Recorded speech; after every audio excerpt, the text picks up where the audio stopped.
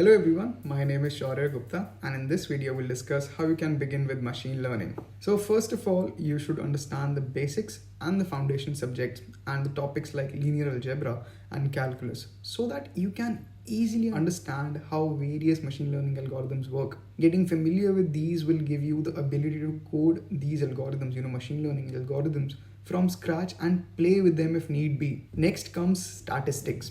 It basically deals with data collection, analysis, and the presentation part. In statistics, it is important that you learn about probability distribution, hypothesis testing, and other such topics which are related to machine learning. After doing this much, now learn a programming language. You can choose between Python or R. Personally, I prefer Python since it is very easy to understand and there are various libraries that can make your work really smooth and easy.